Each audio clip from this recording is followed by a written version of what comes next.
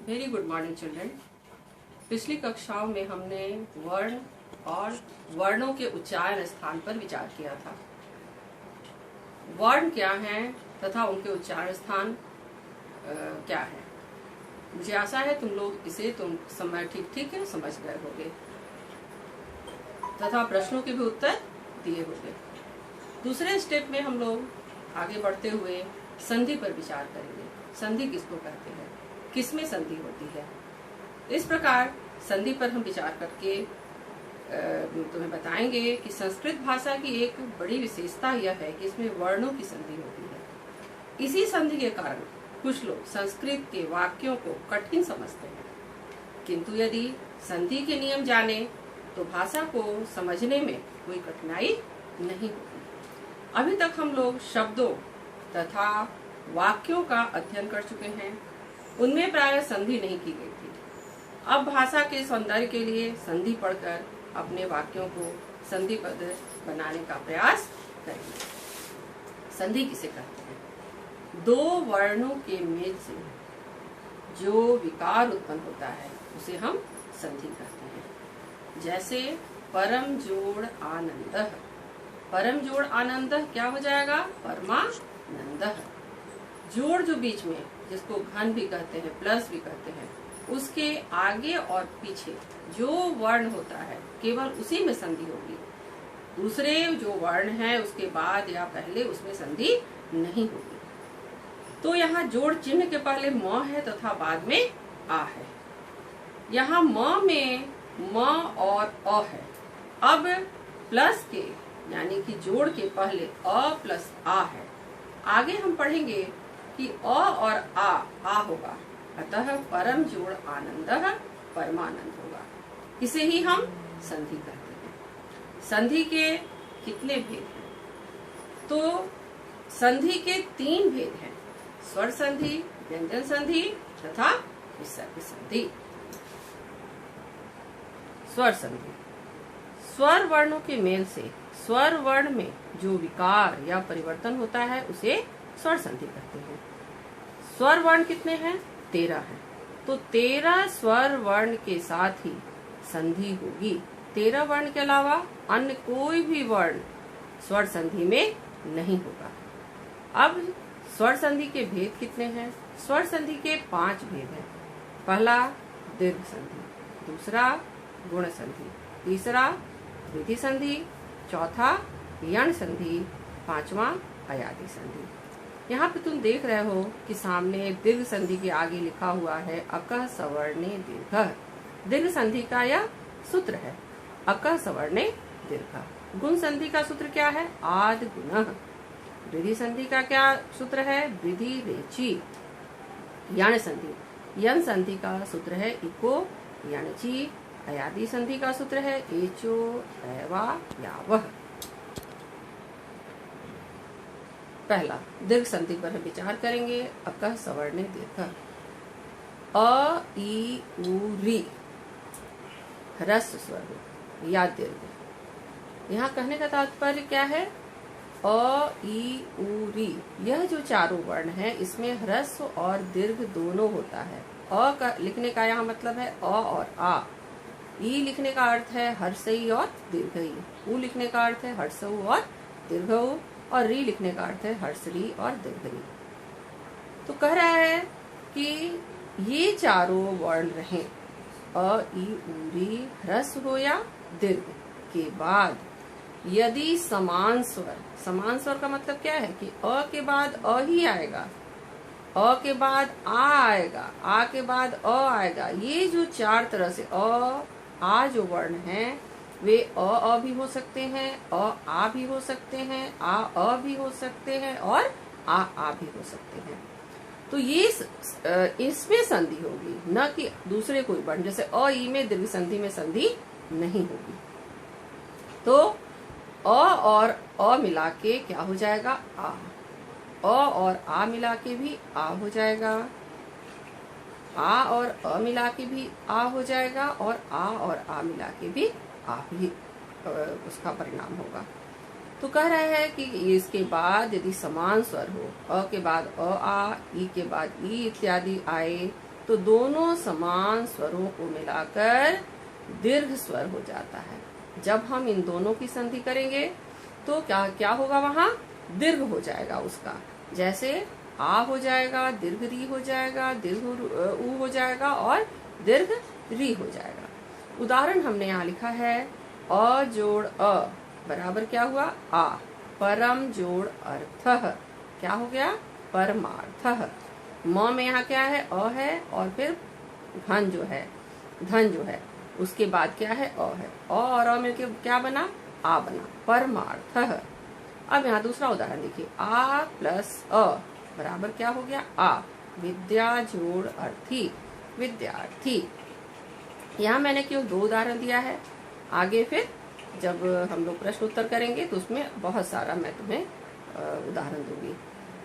दूसरा देखिए, हर्षई जोड़ हर्षई बराबर क्या परिणाम हुआ, दीर्घ ई। कवि जोड़ इंद्रः, कविंद्रः। हर्षई प्लस दीर्घ ई बराबर क्या हो गया, दीर्घ ई। अधि जोड़ ईश्वरः, अधीश्वरः। तीसरा देखिए, उ प्लस हर्षऊ, दीर्घ उसका परिणाम हुआ। गुरु जोड़ उपदेशः, गुरुपदेशः। हर्षऊ जोड़ दीर्घऊ बराबर क्या हो गया, दीर्घऊ। लघु जोड़ उर्मिः, लघुर्मिः। री जोड़ री, दोनों ह्रस्व है, परिणाम क्या हुआ, दीर्घ री। पितृ जोड़ ऋणम, पितृणम। श्री बराबर दीर्घ री। भ्रातृ जोड़ ऋणम, भ्रातृणम।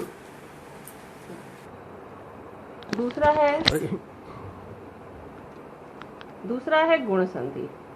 सूत्र क्या है, आद गुणः।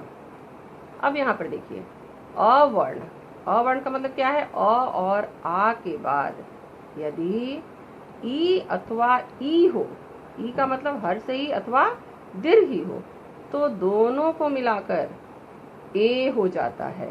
अ और ई मिलकर क्या परिणाम होगा, ए। अ आ के बाद उ अथवा दीर्घ उ हो तो दोनों का परिणाम क्या होगा, ओ। तथा अ आ के बाद री अथवा दीर्घ री हो तो दोनों का परिणाम होगा अर। तो दोनों बनके अर उसका परिणाम हो जाएगा। अ ए ओ गुण के अक्षर हैं। री का र से संबंध है, अतः उसके कारण अ से र लग जाता है, तब अर हो जाता है। जैसे उदाहरण देखो, अ जोड़ ई बराबर ए। तब जोड़ इदम क्या हो गया, तवेदम। व में अ है और बाद में क्या है, ई। अ और ई मिलके क्या बन गया, ए। और फिर उसका क्या बना, तवेदम। आ जोड़ ई बराबर ए, क्या बना, तथा जोड़ इति, तथेति। उसी प्रकार था में आ लगा, थ में आ लगा हुआ है और ई, तथेति। अ जोड़ दीर्घ री बराबर ए। परम जोड़ ईश्वरः, परमेश्वरः। आ जोड़ दीर्घ री बराबर ए, क्या हो गया, महाजोड़ ईशः, महेशः। अब दूसरा देखिए, अ जोड़ उ बराबर क्या बना, ओ। सूर्य जोड़ उदयः, सूर्योदयः। आ जोड़ उ बराबर ओ। तथा जोड़ उवाच, तथोवाच। अ जोड़ री क्या बन गया, अर। परम जोड़ ऋषिः, परमर्षिः। आ जोड़ री अर, उसका परिणाम हुआ और क्या बना, महाजोड़ ऋषिः, महर्षिः। संधि के भेद का तीसरा भेद क्या है, वृद्धि संधि, बढ़ जाना, इसमें बढ़ जाता है, वृद्धि रेचि इसका सूत्र है। कह रहा है कि अवर्ण अर्थात अ के बाद एच प्रत्याहार, एच प्रत्याहार अभी तो प्रत्याहार भी तुम लोगों ने ठीक से नहीं पढ़ा होगा, वर्ग में आने पर प्रत्याहार को मैं समझाऊंगी। एच प्रत्याहार में आते हैं ए, ओ, ए और औ आए तो दोनों का वृद्धि एकादेश हो जाता है। वृद्धि के अक्षर आ, ए और औ हैं तदनुसार अ के बाद ए अथवा ए आए तो दोनों के स्थान पर ए हो जाता है। उसी प्रकार आ के बाद ओ अथवा अ आवे तो दोनों के स्थान पर क्या हो जाता है? अ हो जाता है, अर्थात वृद्धि हो जाती है। ए का ए हो जाता है और ओ का अ हो जाता है। देखो यहाँ अ जोड़ ए बराबर ए, एक जोड़ एकम बराबर क्या हो गया? एक कम। आ जोड़ ए बराबर ए, तथा जोड़ एव तथैव। अ जोड़ ऐ बराबर ऐ, मत जोड़ ऐक्यम मतैक्यम। आ जोड़ ऐ बराबर ऐ, महाजोड़ ऐश्वर्यम महेश्वर्यम। अब हम ओ का देखेंगे। अ जोड़ ओ बराबर क्या हो गया? औ। जल जोड़ ओघः, क्या इसका परिणाम हुआ? जलौघः। आ जोड़ ओ बराबर औ, महाजोड़ औषधिः महौषधिः। अ जोड़ औ बराबर औ, तव जोड़ औदार्यम तवौदार्यम। आ जोड़ औ बराबर औ, महाजोड़ औषधम महौषधम। तो हमने क्या देखा कि ए का ए और ओ का औ वृद्धि संधि में हुआ। स्वर संधि का चौथा भेद क्या है? यण संधि। इसका सूत्र क्या है? इको यणचि। इक ई उ री ली का क्रमशः क्या हो जाता है? य र ल व। इक प्रत्याहार है और यण प्रत्याहार है, तो इक का यण हो जाता है। ई का य, उ का व, री का र तथा री का ल हो जाता है।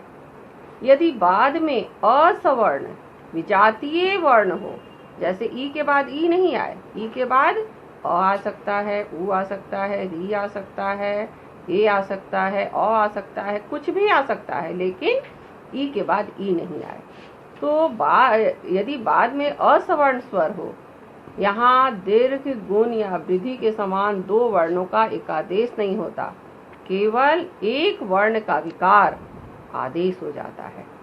अब उदाहरण देखो यहाँ पर, ई का य, इति जोड़ अपि, क्या हुआ परिणाम? इत्यपि। यहाँ पर देखो, हमने यहाँ पे थोड़ा समझाया है तुम लोगों को। ई है त, जब ई हट जाएगा वहां से तो क्या त में हलंत लग जाएगा, उसके बाद हर्षई है, जोड़ अपि, क्या बना? ई जैसे है वैसे रहेगा, त में हलंत जैसे है वैसे रहेगा, ई बदल गया य में। यहाँ पे हमने दिखाया है कि य में हलंत लगा हुआ है, जोड़ अपि। अब फिर देखो रिजल्ट, देखो क्या हुआ? ई हल वर्ण तुम्हारा त है, त लिखा हमने, य लिखा, य और अ मिलके पूरा य बन गया, और पी इत्यपि। यहाँ केवल एक वर्ण का विकार हुआ है, जैसे ई का य हो गया है। संधि होने पर य जोड़ अ बराबर य पूरा य बन गया है। उसी प्रकार उ तथा दीर्घ उ का क्या परिवर्तन हो जाएगा? व। मधु जोड़ अरिह बराबर क्या हो जाएगा? मध्वरिह। यहाँ उ का व होकर संधि हुई है। री का क्या हो जाएगा? र। पितृ जोड़ अंशः पितृ अंशः। यहाँ पे फिर मैंने समझाने की कोशिश की है, क्या हो जाएगा? प जैसे है, प में ई लगा हुआ वैसे ही रह जाएगा। जब री हटेगा तो क्या हो जाएगा? त में हलंत लग जाएगा, और री का हमने क्या कहा? र हो जाएगा।